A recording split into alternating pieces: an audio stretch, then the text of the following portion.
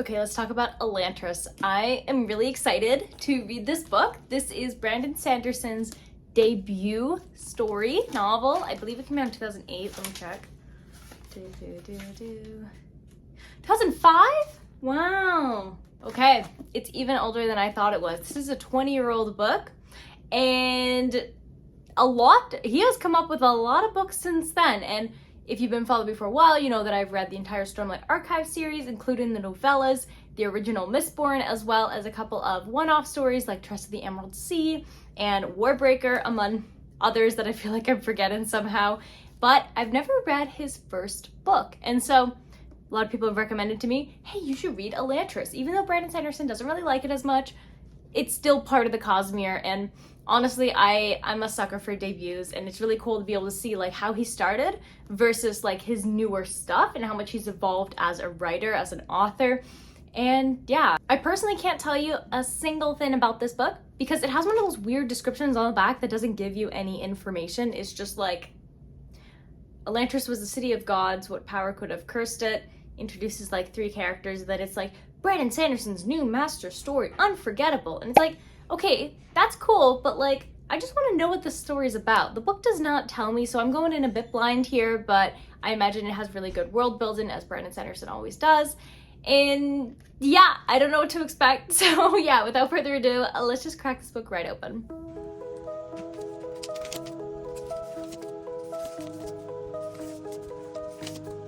In a world of silk and stars I roam, whispers of the twilight skies unknown. Moonlight dances, dreams unfold, mystic songs in liquid gold. Eyes like galaxies pull me in, waves of wonder on my skin. Time dissolves in lover's spell, weaving stories So I'm a little bit more than 200 pages into Elantris, and here are my thoughts so far. It always takes me a little bit longer to get into such complex world building, especially with Brandon Sanderson. Usually I would update you around the 100-page mark, but for a book like this, over 600 pages, I'm like, you know what? We're gonna do 200 because there's a lot happening and there's a lot to just like get your brain into. And so yeah, I think it's pretty interesting. It definitely has like that Brandon Sanderson tone, like that style that he writes in, but it's also interesting because it's like you can tell that it's a younger Brandon Sanderson. And I don't know exactly like how to explain it, but it's like when I'm reading it, I know it's Brandon Sanderson, but despite it still being good, it's not nearly as good in writing as his more recent stuff. But by no means does that mean that this is bad, is what I'm trying to like make very clear. The book is good, and it's so cool to be able to see like where he started and where he is now, because this is such a Brandon Sanderson book. I think I can see a lot of where the inspiration for Mistborn came from. I don't recall if he actually wrote Mistborn before this book, but got this one published first. Either way, I can definitely see, especially with like kind of the characters and like the ragtag kind of team that is happening in Elantris itself. So that's really interesting. I'm like, oh, this is kind of reminds me, like one of these characters kind of reminds me of Ham, and this character reminds me of the prince guy whose name starts with an E that I always forget what his name was. Elend?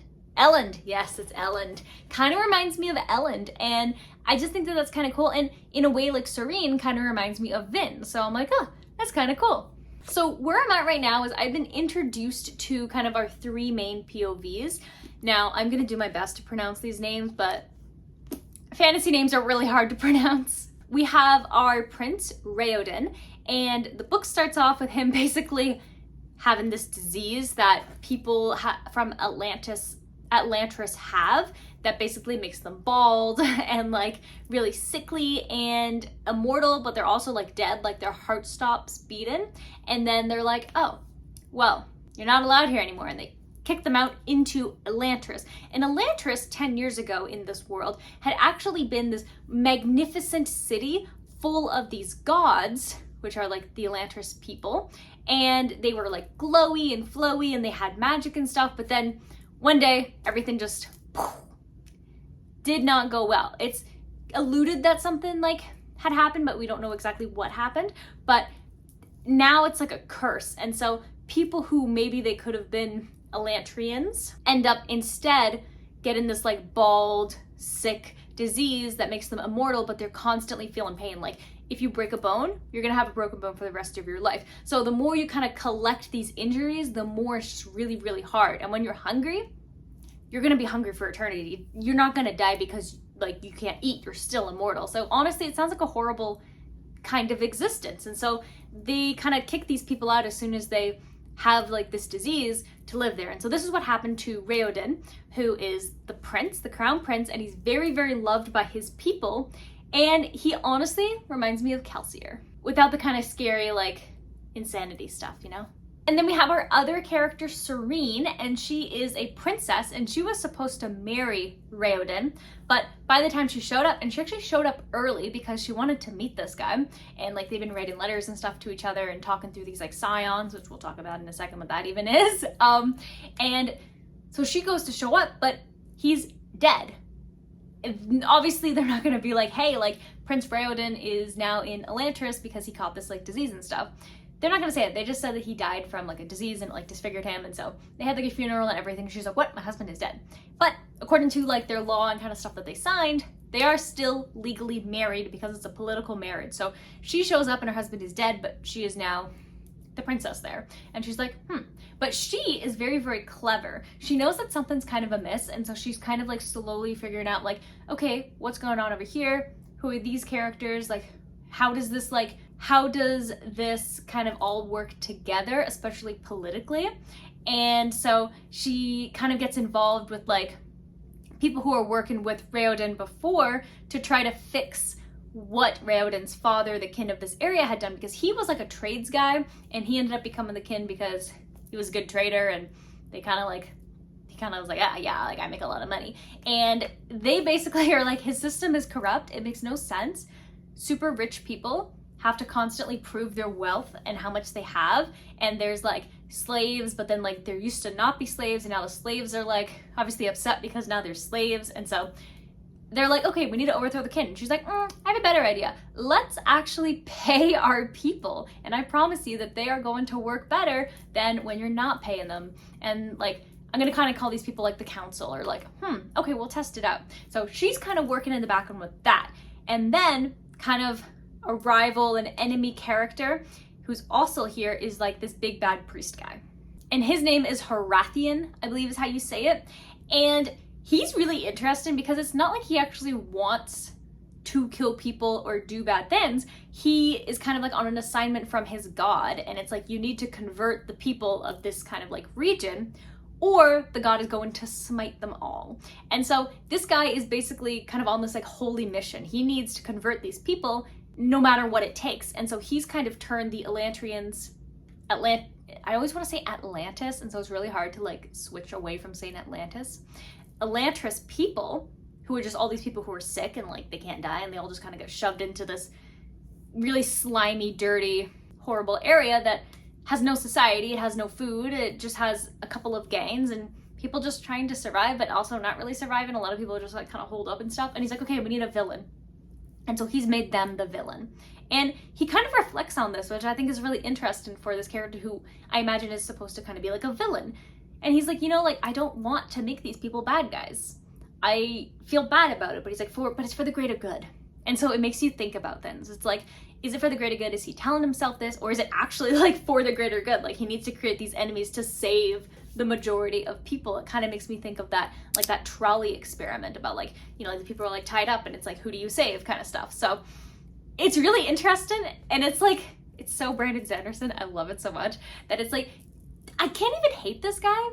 Like, he's really interesting to me. And I don't know if he even really is a villain, or if, I don't know. And I like that I don't know. And it's like, he and Serene are kind of going like head on head, where he's trying to convert people and she's trying to make sure they don't get converted. And they're both doing it in like a diplomatic, political way, where she kind of like pretends that she doesn't really understand anything. She asks these like questions that are actually really, really clever, but most people would be like, oh, like she's a silly woman, like she doesn't understand that she's using this to her advantage, and it's very clever. And I just love watching the battle of the minds. I think that is really cool.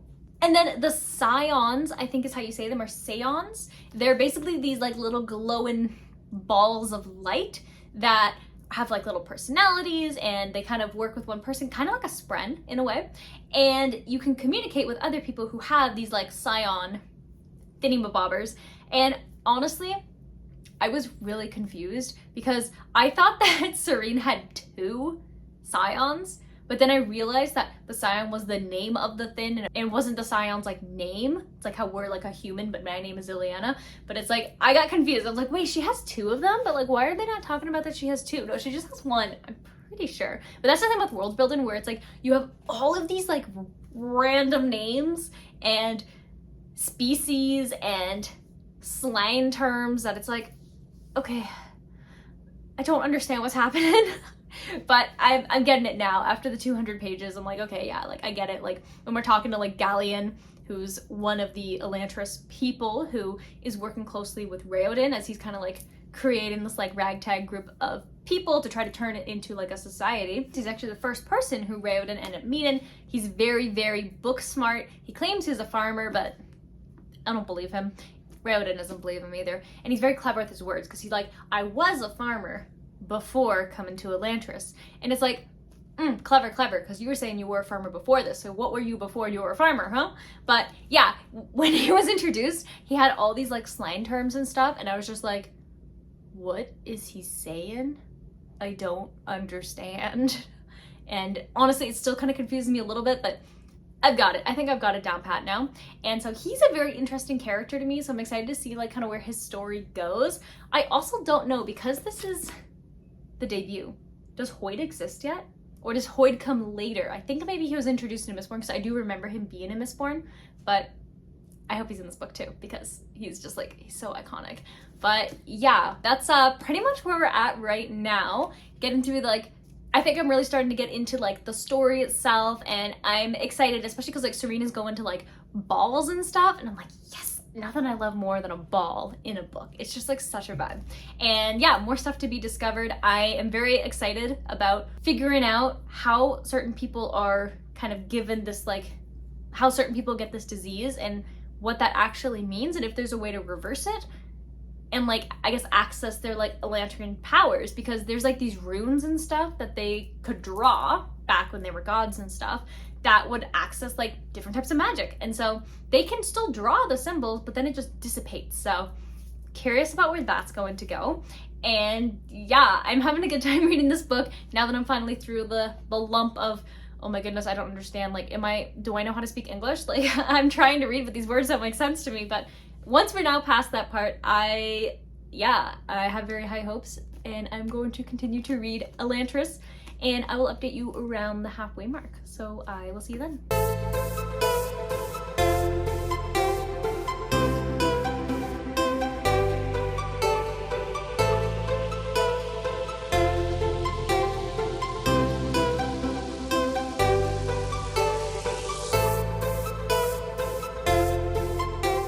So I'm definitely more than halfway through Elantris, and the end of part 1, I was literally like, what? Did like Harathian just like drink poison and die? But then you like get to the next scene and it's like, he's not dead, but it's another plot twist, because it's like, okay, now he has like the shroud and he's being sent to Elantris, and it's like, what is going on? Like, what does this mean? And then 5 days later, he's cured. And it was the apothecary who made that. And so I'm like, that's really unexpected. It was literally like plot twist, plot twist, plot twist. And I'm like, this is Brandon Sanderson. This man knows what he's doing. This book is definitely a lot slower paced, I would say, than some of the other books of his I've enjoyed. It's kind of more like the second Mistborn book, where it's very political heavy, very religion heavy, but it's such a unique story still. And like the fact that this is his debut is really, really impressive, because I know people, including Sanderson himself, don't really like this one as much. And I can see that it's like definitely not as strong as like his newer stuff, but for me it's still an interesting story, but it is definitely a lot slower than I think then I would really enjoy. I'm hoping that it's gonna pick up a little bit more, but like some of the plot twists and stuff is really cool, and like the world building. I like pretty much all of the characters, even if I don't like or support them, I do enjoy following their story. I would say Raoden's story is definitely the most interesting to me, as he's learning more about the door, which is like the magic that seems to be basically trapped. And he's like, okay, like you can draw the symbols, but then like the symbols, they kind of dissipate. And this was mentioned early on in the book. And we're starting to kind of learn that maybe that's related now to like the dawn and the door, and like how that kind of stuff is like stuck in some way and it doesn't have anywhere to go. And so they're kind of like stuck. And like the whole shroud then is they were transforming into Elantrians, but then it got stuck like halfway through. And so that's why they're in that like kind of corpse-like state before they get to like the ethereal kind of state of being Elantrian. So I think that's really interesting as well. And just that whole idea that something happened 10 years ago, which I want to say that it had something to do with Raoden, because he had that one dream about his side, like about the dream kind of like memory where like his dad and his mom brought him to Elantris when he was like a kid, and he had like a broken leg and stuff, and the person healed him but then made like the symbol incorrect, and he was like screaming in the dream. And I think that there's something in that. I don't know if that's exactly like how his experience went, but I'm thinking about like the timelines, and it may have been right before Elantris had collapsed. So I'm thinking there was something involved with that. I'm not entirely sure. Brandon Sanderson always knows how to like pull a fast one on me, but I can definitely see that being related. And then also, interestingly enough, like their scions, which are like their glowing ball thins. Scions? I think they're actually scions. I want to say scion because there's a character named Scion in this book, and it's confusing me, but no, Scion, the glowing ball thins. And his was named Ien. And with his, it was also the same symbol in his dream that the Elantrian was kind of drawing on him to heal him. And he was like, something's not right. So I don't know. I feel like there's something with these Seons. I think, like, we know that they are connected to Elantris, and I think that they're the key to bringing the magic back.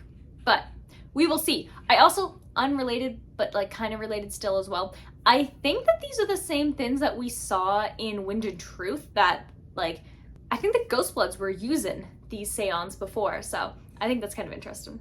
Harathian's story is interesting as well, because he's not really like a villain. I feel like there's not really any real villain. It just depends on like whose story you're reading that makes them seem like a villain, which I think is a really clever way to have a story like this, because in politics, the other person is always the bad guy.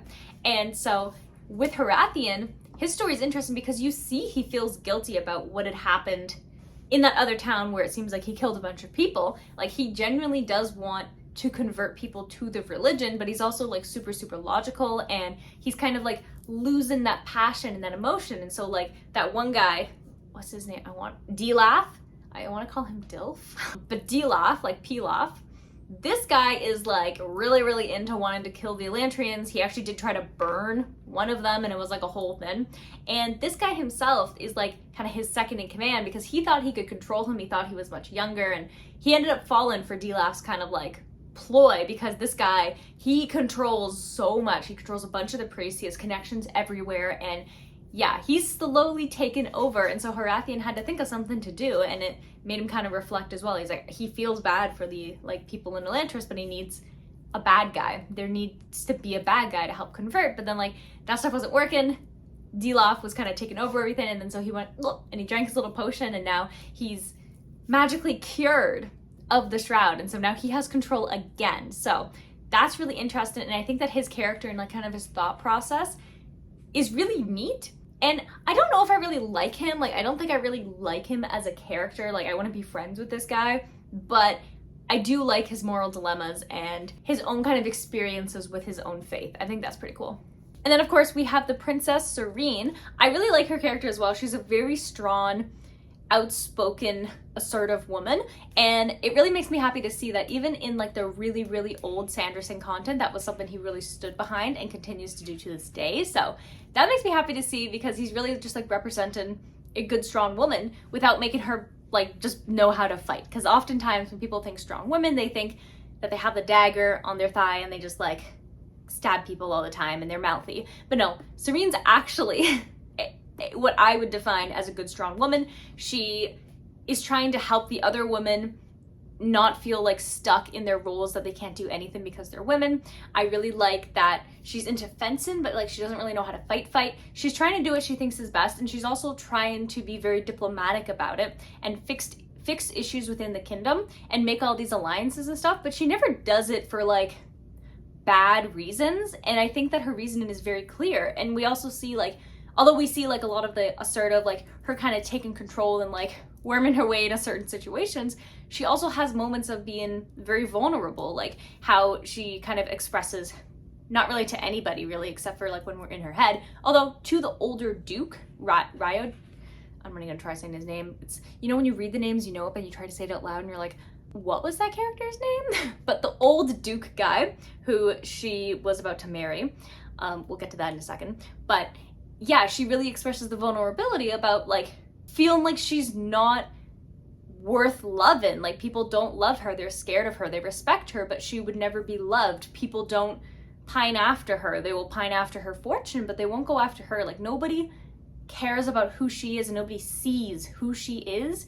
And these people who do see her don't want her. And so I thought that was a really good moment with her character and something that she continuously struggles with, especially with the one guy, Raoden, that she did like, still rooting for them, and him dying. And then now this marriage to the Duke, that suddenly another plot twist, she was about to marry him, and that way they were going to merge their fortunes together because the kin had just died by suicide. And then like the other guy who's been working with Horathian, there's so many things happening, like so many webs and like little lines and stuff. He's been working with Horathian because he wants to be put on the throne, and the way that this kind of kingdom works is that it's whoever has the most money is the most important person, and that's kind of like how it works. And so because he has the most money, that's why Serene was going to marry the Duke, and then they could share their fortune. But I don't know, maybe I'm just suspicious, but I don't trust the Duke guy. He just seems too nice and he seems too good, and it's very convenient that he happens to be in the right place at the right time, like especially when Serene had discovered that the kin guy was part of the mysteries and was like the one responsible for killing all of the maids and the missing cooks and stuff. I don't know. Maybe I'm overthinking it. Maybe I'm just like distrustful because I know Brandon Sanderson loves to just like really just pull the wool over our eyes, destroy us, ruin our brains, and make us not trust anybody. So I don't trust him, but I really, really like him as a character. So yeah, that's pretty much where we're at in Elantris. There's a bunch of moving pieces, a lot of stuff that's happening, and I think that it's one of these books that, similarly to when I did my reread of Mockingjay, oddly enough, it's one of those books that you appreciate, I think, more when you finish it, because while reading this book, there's definitely times where I'm like kind of forcing myself to get through some of it, just because I can find it a bit dry at times when it's only focused on the politics, because I definitely like a little bit more action, I like a little bit more romance and stuff, but it is still like a nice, refreshing, different kind of read. And so yeah, I think it's one of those books that when I finish it and then I talk about it, I'll be like, oh, you know, this was better than the experience I had reading it. Because when I'm telling you about it right now, I'm like, oh, this happened and this happened and this happened and this happened, yes!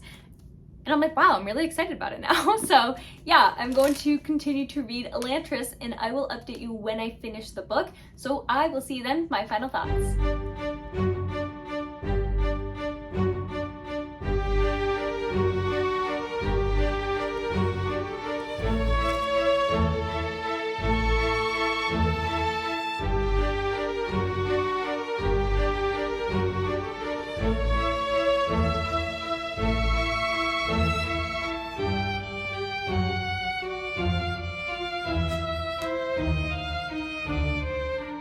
So I just finished reading Elantris, and I would say like the last 10% of this book was the kind of stuff that I love. Brandon Sanderson always has that like last 100 pages where it's like small paragraph, jump to the next character, something happened, and small paragraph, jump to the next character, something happened. And it seems, I guess, he's been doing it since the beginning. And this is one of those books that, although of his, it's not my all-time favorite, I'm honestly shocked that it's a debut. Like, this is, as one of the reviews says, this is one heck of a debut. The amount of plot twists that were crammed into the end was so good. Like, it didn't feel excessive to me. It felt just like, whoa, and then I was like, whoa, whoa, whoa, like, so many things, especially with Dilaf being a higher rank than Harathian, like, it's like, oh, didn't see that coming. And then like him, and he has like all of these monks that had been like altered with their bones and all of that stuff, and they're like,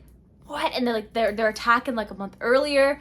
That stuff, I was like, oh my goodness. And I was like, oh, yeah, this is the kind of stuff that we love from Sanderson, just like really blowing your mind with all the stuff that happens. And then like the deaths in this book as well.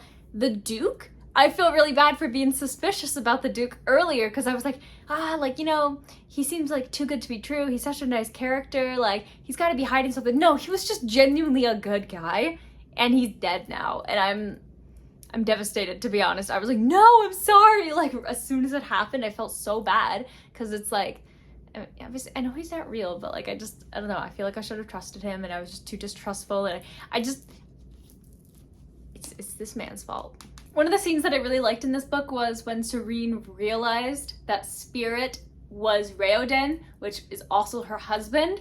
I really like that scene. I like that he like wipes off the makeup, that he's able to create those, oh, that's another thing, that he can create those illusions. Like, he's playing with like the aeons and stuff, and then it's like big explosion, boom, and then he's like, oh, I don't feel like I'm like on the verge of death every single time. But he's like, but there's still something wrong, because when he found out like to connect the lines, I thought that was it. I thought finally they would have like cured Elantris, but then there was still another thing that didn't happen until the end.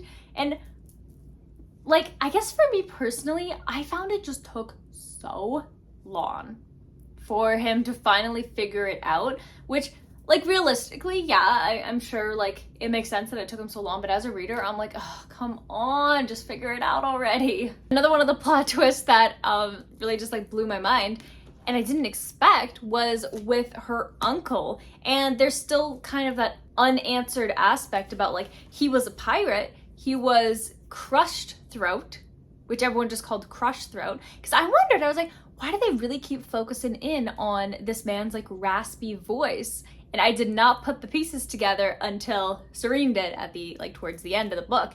And then the whole part about him being the older brother, and then Serene's dad having taken over the kingdom when it should have been the uncle, but that was left unresolved. And I'm like, oh, like, I want to know though. And I think there's another Elantris book, like a short like novella, and maybe that kind of answers those other questions, because I want to know like what happened. And then what else? What about with the monks and stuff? Like, there's still that whole like religion with these like superpowered monks that is still kind of happening, that they still need to deal with, because the threat's not gone. Yeah, they got rid of Delof, but like they didn't get rid of the entire threat itself.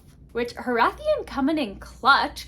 Like, I don't know if he really like romantically loved Serene, or if he just really respected her, but I thought that their relationship was really interesting, because they were like rivals, but like he was always just making sure that she was okay. He wasn't like, he was always worried about her throughout the entire book, and he saved her life. Like, I'm so happy that he's the one who killed Delof, because like Delof was just like haywire. And it's interesting too, just like the way that Harathian's story went, because I thought at the beginning that he was supposed to be our villain, but he never was a villain, and you're following him and as he's dealing with the issues and challenges around him, as well as questioning his own faith, and even at the end, killing the guy who is supposedly helping convert everybody. And I thought it was interesting that he's like, I don't have any issues with my God. I have issues with these guys, because I don't think that they're following God the way that they should be. And so I thought that was really interesting. And then like the whole backstory about how he has like that whole arm that's also kind of like the carved bone kind of thing that the monks have and that Delof had. And so the fact that he is able to use that to his advantage, I thought was also interesting, because it's like the bad guys had that, but then he was not really a bad guy, but he had that one part. Yeah, it was cool. And then really just like Delof being like 70 years old and doing all this for revenge because of like his wife dying in Elantris. And she was the one, I guess, that Raoden had the dream about, because he had the dream about the person who the Aeon was drawn incorrectly and suffered. And so that, yeah, I was like, whoa, it's all coming together. Brandon Sanderson, you know what you're doing, you know what you're doing. And I really did love the relationship between Raoden and Serene. I think that it was really well done. It was just like such a slow development where she always starts off hating him and then really respecting him and like loving him. And it happens so many times in the different forms that he had taken throughout the book.